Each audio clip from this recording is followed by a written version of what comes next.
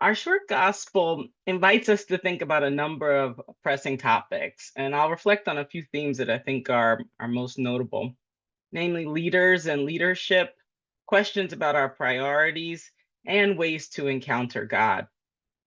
Now, on the topic of leaders and leadership, I'm sure can't miss in the United States, we're currently in the midst of political campaigns for the presidency, among other political offices. We have been and will continue to be inundated with news reports and events, ads, memes, text messages, robocalls, all trying to convince us of whom we should vote for. This kind time can be overwhelming, terrifying, and yet vitally important for our democracy and for us as a country. As a church, we're in the midst of the synod in which our religious leaders meet to reflect, discuss, and elevate some of the voices and concerns of the faithful. In the coming weeks, the years long process of the synod will come to a close, and hopefully, the process and the fruits of this work will lead us to be a synodal church, a church who listens to and journeys together as a community of faith. The fruits of the synod are already being felt in some communities, and hopefully, the people who have engaged in this work will be inspired by the process for years to come. On a personal note, my feelings on our political and synodal processes are a bit mixed at best. And this isn't to suggest that I'm not hopeful, but just realistic about the flaws of our leaders and our systems. I don't take that as apathy. Go vote, raise your voices in the public square and in the church. Although we don't have an election in that manner, but raise your voice in church as well. Like many of you, I'm very passionate and yet at the same time uncertain and worried about the weeks, months, and years ahead. Now, why am I talking about the elections and the synod? Leaders. Today, Jesus is speaking with the disciples, those members of the community of faith who would become some of the leaders of the early church. The beginning of the gospel mentions disciples, and then the conversation is narrowed to focus on the 12. In our encounter with these early leaders, their flaws and limitations are highlighted. These figures give us an opportunity to reflect on our own shortcomings and hopefully to be inspired to improve individually and collectively as a church.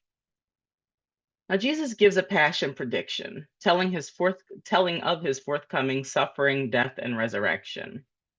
In the previous chapter, Mark 8, Jesus also gave a prediction of his forthcoming passion, and Peter rebukes him, to which Jesus responds with his own rebuke: "Get behind me, Satan, for you're setting your mind not on divine things, but on human things." Now, similarly, in today's gospel, Jesus shares that he would be betrayed, killed, and would rise. And again, the disciples didn't understand and were afraid to ask. Now, perhaps we can empathize with the disciples, as it was likely shocking and difficult to process this news, even upon hearing it for a second time. Their fear of asking questions might be reasonable, considering Jesus has already yelled at Peter for pushing back against the earlier prediction. The note that they failed to ask questions is an important one. For me, especially as a teacher, when I hear this, I'm reminded of encouraging students to ask questions if they need clarification to improve their understanding.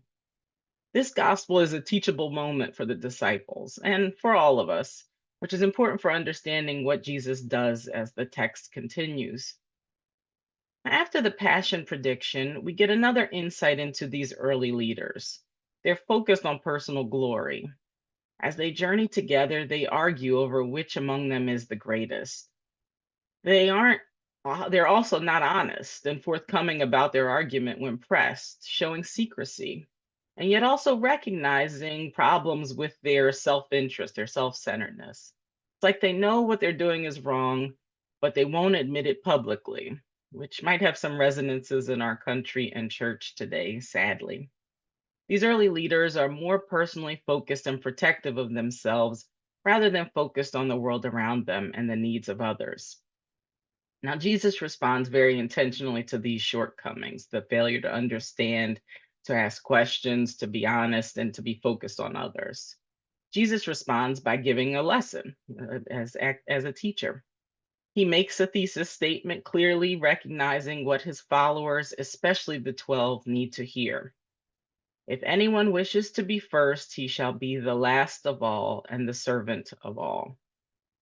Now, according to the text, and as demonstrated throughout Jesus' healing, preaching, and teaching ministry, leadership is a call to serve others, not an opportunity to self promote, seek fame and validation, or to focus on one's own needs above the needs of others.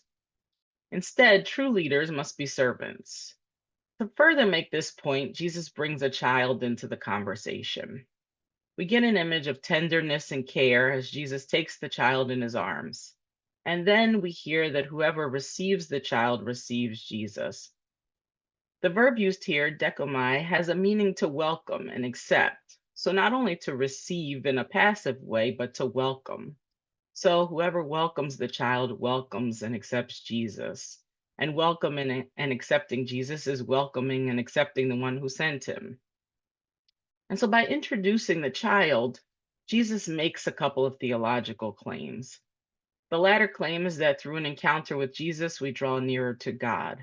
The former claim is that we encounter Jesus through the figure of a child.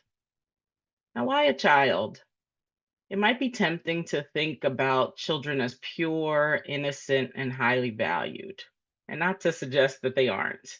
But we might also fine tune or press a little bit more on that language. A child during Jesus's time, and unfortunately sometimes in our own time, a child can be vulnerable, potentially unprotected, not seen as a full person, lacking in legal access and recourse, and open for abuse and disregard. That vulnerability is what is likely at issue here. Jesus identifies himself with someone who is defenseless and even potentially overlooked and in society. And he calls for his followers to seek him in these communities and to direct their service to those most in need. Now, some biblical scholars read texts like this one with a child centric lens, sometimes called a childist interpretation or childist biblical criticism. This means asking questions like, what would it mean for a child in antiquity to encounter this text? And how might this text inspire a child today? How might this text inspire adults' actions towards children today? In both the past and the present, I think the text would be affirming to children, seeing Jesus prioritize and draw attention to a group that could be overlooked and not included. The text might inspire adults to look more intentionally at children, to understand and advocate for their needs, and to use them to help inform their actions. Now, we could also take a step further and see the child as representative of other marginalized and overlooked groups. In the Old Testament, sometimes classes of people are used to represent various vulnerable populations. So we get mentions of orphan children in relation to widows and resident aliens as three groups who are in need of preferential care and justice. The reference to this one child might serve to represent all people who are vulnerable, marginalized, and ignored. Now, this gospel has some challenges, not only challenging our ways of being of service to others, but it also leaves us without resolution for the child. We don't know what happens to him. Was he in a vulnerable situation? Does Jesus leave behind the child, only using him to demonstrate a point and then moving on to the next part of his journey? Does the child become a follower? Where is the child's voice in this encounter? Is the gospel even about helping the child draw nearer to God or showing how the disciples can use others to get closer to God? Now, these questions are complicated and, like I said, unresolved. But I think we can work with these complexities and hopefully make some connections to our current context. Now, first, the gospel emphasizes a need to see, encounter, and take seriously the experiences of others, especially those who, like a child, are vulnerable in society.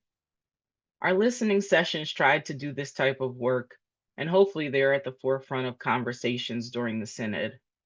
Likewise, we should seek political leaders who show genuine concern and interest in the needs of multiple groups. Now, secondly, Jesus is depicted as seeing service as a central aspect of his ministry. He's also concerned about the disciples' readiness for leadership. And Jesus shows a concern that access to power and privilege can unfortunately create self centered leaders.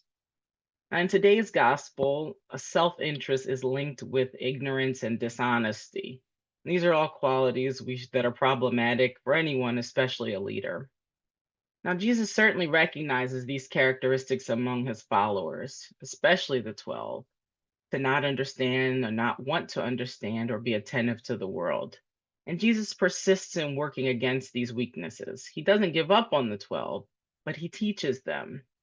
And hopefully, his interest and focus on service, along with principles of truth and honesty, should inform our own lives, our religious and political leaders as well. And lastly, on issues in which the gospel is silent, like what happens to the child, we might say such issues are not the primary concern of the text. Mark doesn't give us much on the child because he's more concerned about the disciples than the child. The child enters the story as a teaching resource, not a full character. He's used to illustrate important points and principles. Now, even as I say this, I say we don't have to stay there. We can recognize the goodness that the text offers, and we can also name some limitations. And then we can use it to do better in our own encounters in the world. The gospel's use of the child reminds us to encounter Jesus in vulnerable groups.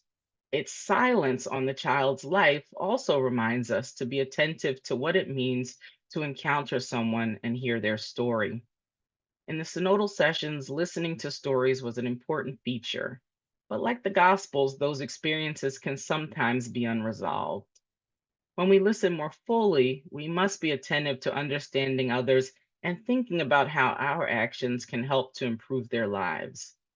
Although it might not be its primary purpose, the Gospel's silence on the child might inspire us to listen more intentionally, to serve more fully, to vote, to live in ways that are much more engaged with our community and the concerns of those around us, especially those who are most vulnerable. Thank you.